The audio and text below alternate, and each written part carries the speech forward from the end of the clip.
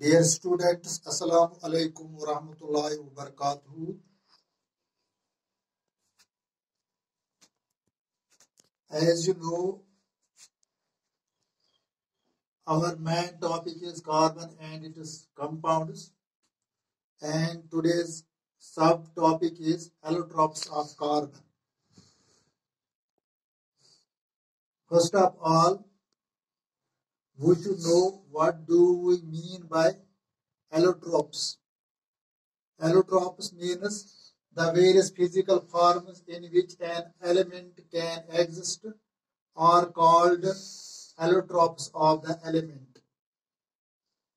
यानी वो मुख्तलिफ फिजिकल फॉर्म्स यानी वो मुख्तलिफ तभी शक्लें in which an element can exist जिनमें एक अनासिर या एक एलिमेंट मौजूद होता है और called allotropes of the element. उन शक्लों को एलोट्रोप्स ऑफ द एलिमेंट्स कहते हैं। The various physical forms in which an element can exist are called allotropes of element.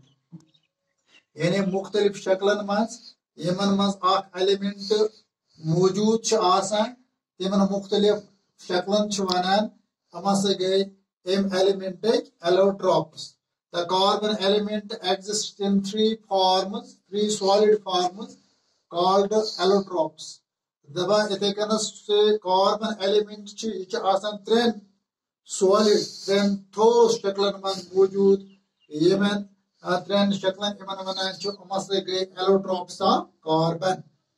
The three allotropes of carbon are यमन त्रेन शक्लन में जो कार्बन मौजूद आसान च या यमन इमेज allotropes वनान च। कार्बन के त्रे allotropes च diamond, graphite and Buckminster fluorine.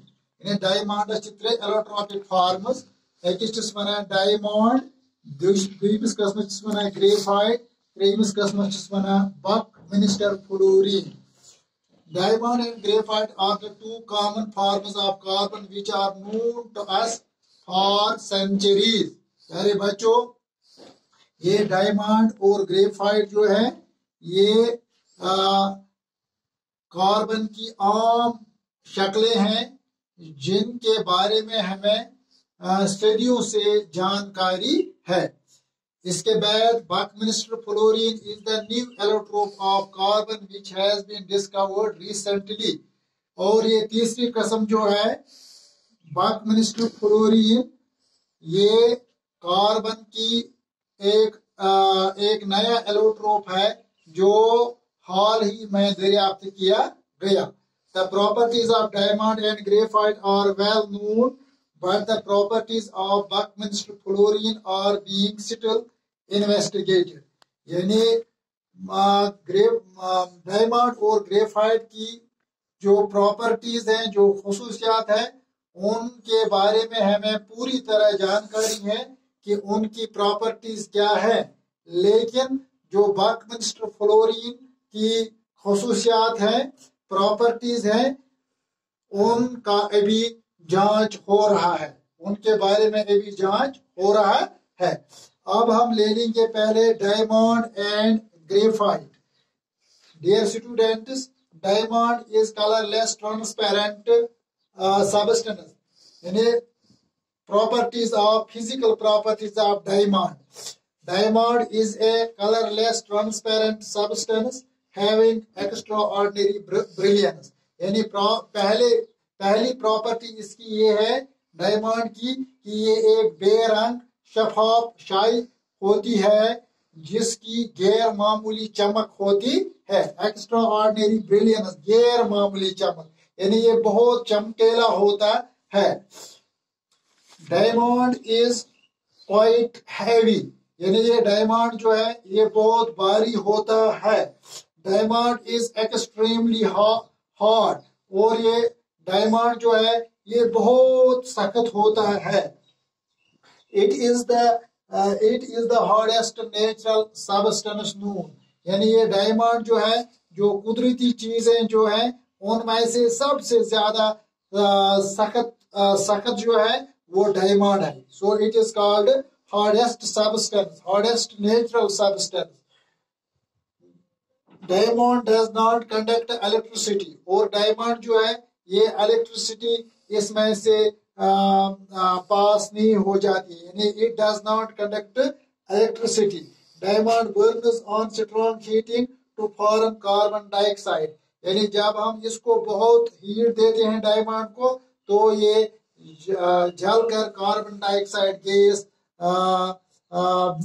इससे निकलती है. इसके जलने से कार्बन डाइऑक्साइड गैस निकलती है. इसके बाद if we burn diamond in oxygen, the only carbon dioxide gas is formed and nothing is left behind. और इसकी यह खुसूसियत है, जब हम डायमंड को ऑक्सीजन की मौजूदगी में जलाते हैं तो ये जलकर कार्बन डाइऑक्साइड गैस में तब्दील हो जाता है और पीछे कुछ नहीं बच जाता है. यानी कुछ राख वाक जो है, एश वेश जो है वो पीछे नहीं रहता है. ये सारा का सारा जलकर कार्बन डाइऑक्साइड गैस में तब्दील हो जाता है. This shows that diamond is made up of carbon only. यानी इससे वाजह हो जाता है कि जब हम डायमंड को जब ऑक्सीजन में जलाया जाता है तो इसके जलने से कार्बन डाइऑक्साइड गैस निकलती है और पीछे बाकी कुछ नहीं रहता है. इससे ये वाजह हो जाता है कि डायमंड जो है ये सिर्फ और सिर्फ कार्बन का बना होता है. It is made up of only carbon, यानी it is a pure form of carbon. The carbon dioxide formed by burning diamond can turn lime water milky. यानी कार्बन डाइऑक्साइड जो डायमंड के जलने से बनती है वो चूने के पानी को दूधिया कर देता है. Since diamond is made up of carbon atoms only, its symbol is taken to be C. क्योंकि ये डायमंड जो है, क्योंकि ये सिर्फ कार्बन के एटमों का बना होता है, लिहाजा इसका सिंबल जो है वो सी रखा गया है, कार्बन. इसके बाद properties of graphite. Graphite is a grey black opaque substance. यानी पहले हम ओपैक हम उस चीज को बोलते हैं जिसके आर पार हम देख नहीं सकते हैं, उस चीज को बोलते हैं ओपैक. जैसा कि पत्थर के आर पार हम देख नहीं पाते हैं, या लकड़ी जो है लकड़ी के आर पार हम नहीं देख सकते हैं, तो लकड़ी भी ओपैक है और पत्थर भी ओपैक है. इसी तरह ये व्हाइट बोर्ड जो हमारे सामने है इसके आर पार भी हम देख नहीं सकते हैं, लिहाजा इसको भी हम ओपैक बोल सकते हैं. ये दीवार जो है इसके आर पार हम देख नहीं सकते हैं, लिहाजा ये भी ओपैक है. ये जो है ये ग्रेफाइट जो है it is greyish black opaque substance. यानी इसका रंग जो होता है वो ग्रेइश ब्लैक होता है लेकिन ये ओपैक शाई है, यानी इसके आर पार हम देख नहीं सकते हैं. Graphite is lighter than diamond. जैसा कि आप जानते हैं कि डायमंड बहुत हैवी होता है, बहुत भारी होता है. इसके बरक्स ये ग्रेफाइट जो है ये डायमंड की बनिस्बत हल्का होता है. It is lighter than diamond. Graphite is soft and slippery to touch. यानी डायमंड के बारे में आपने पढ़ा है कि ये बहुत हार्ड होता है, लेकिन इसके बरक्स ये ग्रेफाइट जो होता है ये क्या होता है, ये नरम होता है. It is soft and slippery to touch. और जब हम इसको छूते हैं ये थोड़ा फिसला सा महसूस होता है, slippery. If we graphite conducts electricity. और ग्रेफाइट जो है इसमें से बिजली गुजर सकती है. Graphite burns on strong heating to form carbon dioxide gas. यानी बहुत ज्यादा हीट देने से ग्रेफाइट जलकर कार्बन डाइऑक्साइड गैस में तब्दील हो जाता है.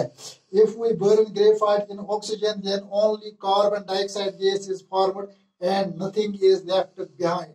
और जब हम कार्बन इस ग्रेफाइट को ऑक्सीजन की मौजूदगी में जलाते हैं तो कार्बन डाइऑक्साइड गैस बनती है और पीछे कुछ नहीं बाकी रहता है। This shows that graphite is made up of only carbon. इससे वाजह हो जाता है कि ये ग्रेफाइट जो है ये सिर्फ कार्बन का बना होता है। The carbon dioxide formed by burning graphite can turn lime water milky. और ये कार्बन डाइऑक्साइड जो ग्रेफाइट के जलने से बनती है, अगर हम इसको चूने के पानी से गुजारें तो उस चूने के पानी का रंग दूधिया हो जाता है। Since graphite is made up of carbon atoms only, its symbol is taken to be C। क्योंकि ये ग्रेफाइट जो है ये सिर्फ कार्बन के एटमों का या ज़रात का बना होता है, लिहाजा इसका जो सिंबल है, इसकी जो अलामत है वो C है, capital C।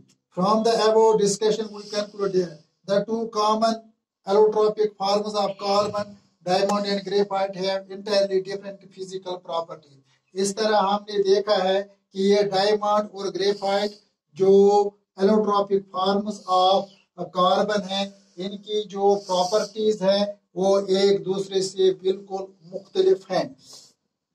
For example, diamond is extremely hard whereas graphite is soft। Number 2, diamond is non-conductor of electricity, but graphite is a good conductor of electricity। The physical properties of diamond and graphite are however the same। इसके बरक्स जो इन दो यानी diamond और graphite जो इनकी chemical properties हैं वो एक जैसी हैं।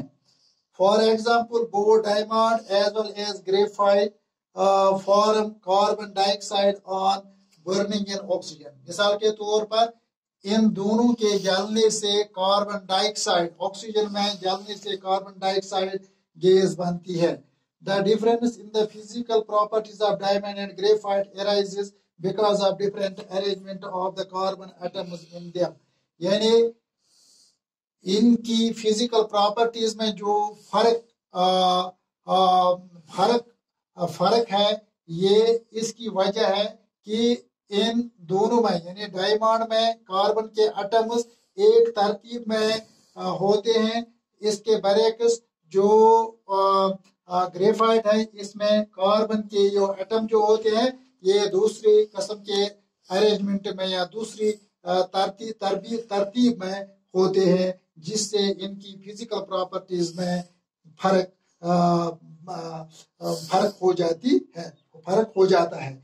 In other words, the difference in physical properties of diamond and graphite is due to difference in their structures। तो उसके बारे में हम दूसरा जो टॉपिक है उसमें उसकी हम वजाहत करेंगे। Thank you.